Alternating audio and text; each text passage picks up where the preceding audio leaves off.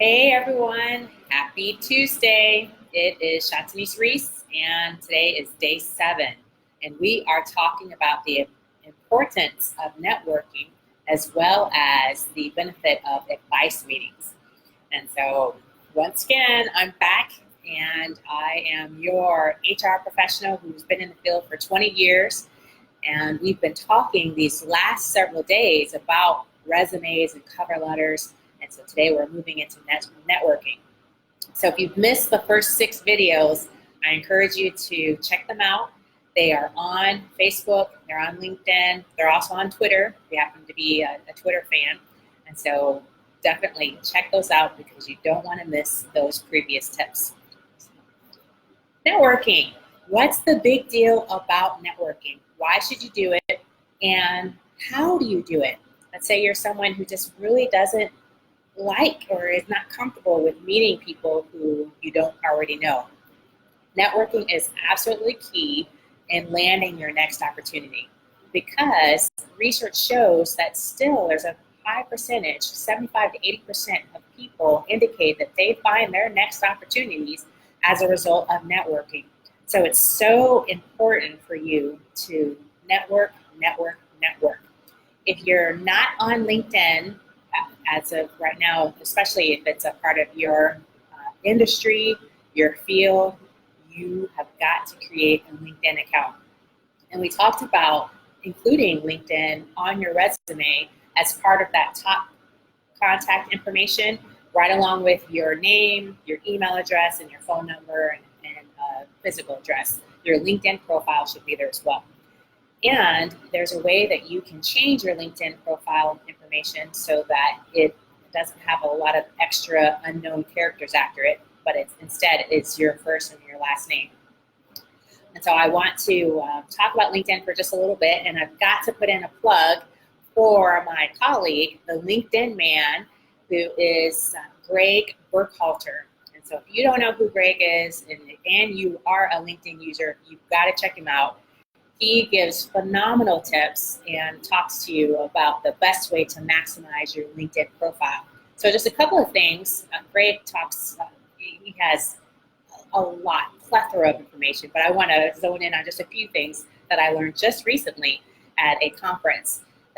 So he talked about when you are connecting with someone to send them a message. Don't just simply hit connect now, but LinkedIn offers the ability to include a message in your request to connect. And definitely, if you have met them at an event, include that event. So for example, just this past Saturday, I attended the SHIFT event, which was hosted by the National Association of African Americans in HR and the Society of Human Resource Management Atlanta chapter organization. Those two entities put together a phenomenal conference, and it was called SHIFT. Get your shift together.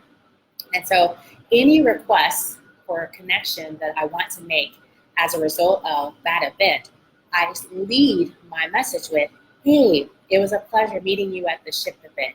So that way you can have a reminder of how you connected with this person. So absolutely do that.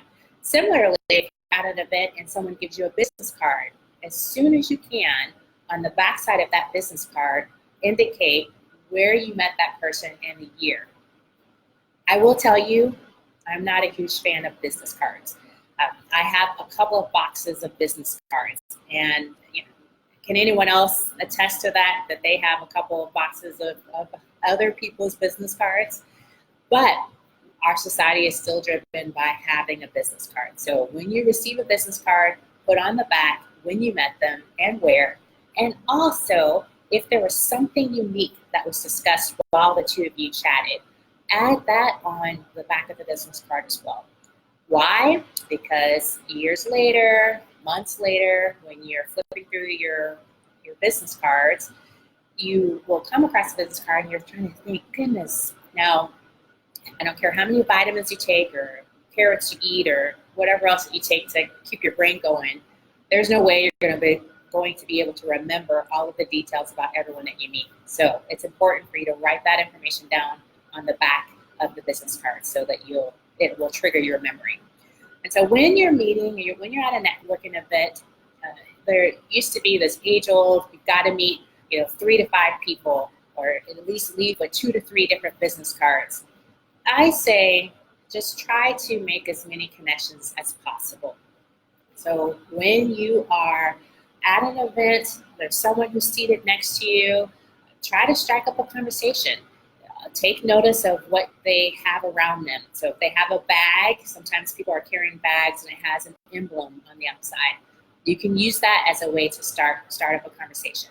Or if you see a keychain and maybe they have a sports emblem on the keychain, anything that will get you talking. And so you want to just engage in conversation with people and get to know them and let them know what you do. And this is when your elevator pitch will come into play.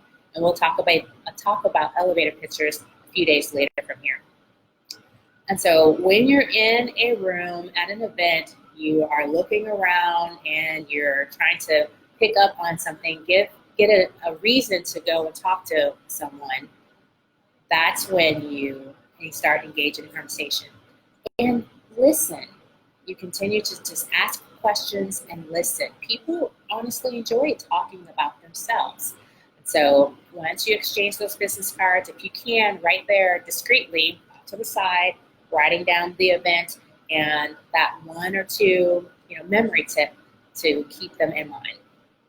Also, going back to LinkedIn, when you are connecting on your phone, as my colleague Greg told us, use the 3 dots at the top to not just simply send a message, not just send a connection request, but to actually attach a message with your request. It's so important because, again, you're able to identify where you met that person. Hey, it was great meeting you at the Atlanta accounting meeting. And so that helps keep a track record of where you have met people. So your LinkedIn profile is definitely a way for you to get out there. It's 6 degrees of separation. It's an awesome tool for networking. You can join specific groups that are pertinent to your background and your field. I highly recommend that. And something else that our colleague Greg talked about was to comment on various posts. So if you read something that's interesting and especially pertinent to your field, certainly comment because that increases your visibility. People will start to recognize your name. So as you are looking for opportunities and you see that there are people who work at that particular position or work at that particular company, make those connections. And I would caution against trying to make a connection and just jumping right into, hey, can you help me out? Oftentimes people do that to me, and it's not as favorable as if someone is genuinely trying to build a relationship, a connection. Relationships, connections, those are so important. And lastly, something else that my colleague Greg told us about was to always end your messages with, what can I do for you? Or let me know if there's anything I can do for you in the future. So that way it's not just a take, that it's more of a mutual exchange. You're wanting to help. So those are just a few tips on LinkedIn. As I stated, check out Greg Burkhalter. If you don't know who he is, look for the LinkedIn guide. He will absolutely give you more and more tips about LinkedIn specifically. So in general, in terms of networking, when you're physically at a place, so there's networking online and networking, at an event, try to find something that will strike up a conversation. Even if you're on LinkedIn, you can look at someone's profile. If you see that there's something in common, you can lead with that. Hey, I see that we both attended Iowa State University. Hey, I see that we're both members of this particular fraternity or sorority. Just a way to make that connection, and it becomes more of a warm connection as opposed to just a cold connection. So you're in a room, looking around, trying to see if there's someone who has something on them, on their person, that can give you an opportunity to talk to them. Or if you're talking about the speaker, if you just heard someone speak, you can strike up a conversation using that. So again, these are just all tips to kind of help networking, take the angst out of connecting with people that you don't know. And something else in terms of networking you just have to keep doing it, and you'll continue to get better at it. Keep doing it, keep doing it. I highly recommend that you just continue to connect as much as you can. So before we end this video, I want to talk about the importance of advice meetings.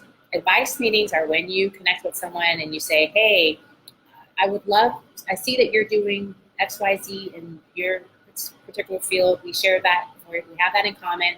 I would love to pick your brain or speak with you, 5 minutes, 30 minutes over coffee, just to kind of get a better idea of what you did in order to get into the field. And, be prepared to treat them to coffee. It's a cup of coffee, a cup of orange juice, their beverage of choice. And you're really asking them about the classes that they took, the certifications, how did they navigate their professional career.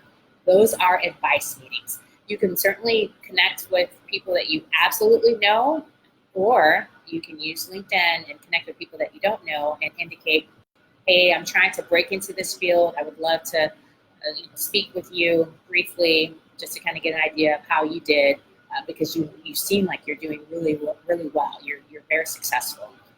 Also, don't be so tied or focused on connecting in person. With technology, you can absolutely connect virtually as well. So keep that in mind. That opens the door wider for you to connect with a number of people. That's it. I've been trying to keep the videos short and sweet. So that is it for today.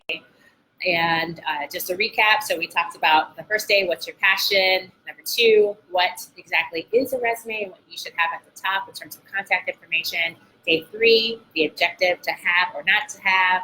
Day 4, we talked about the difference between chronological versus functional resumes. Day 5, that's when we talked about award certifications and references available upon request. And then yesterday, we spent some time talking about the cover letters. So again, if you haven't seen any of those other videos, I encourage you to find me on Facebook or LinkedIn or YouTube. You can go to YouTube and you'll be able to find all those videos. Tomorrow, which is day 8, we will talk about attending career/job fairs and what to keep in mind when you're attending those events. So if you'd like to work with me one-on-one, feel free to send me a message. Or if you know that there may be a group of people who might benefit from this information, feel free to connect with me and we can talk about actually hosting a class where we go through all of this information in one setting. I'm Shaqsinice Reese, and I'll see you tomorrow. Take care. Bye.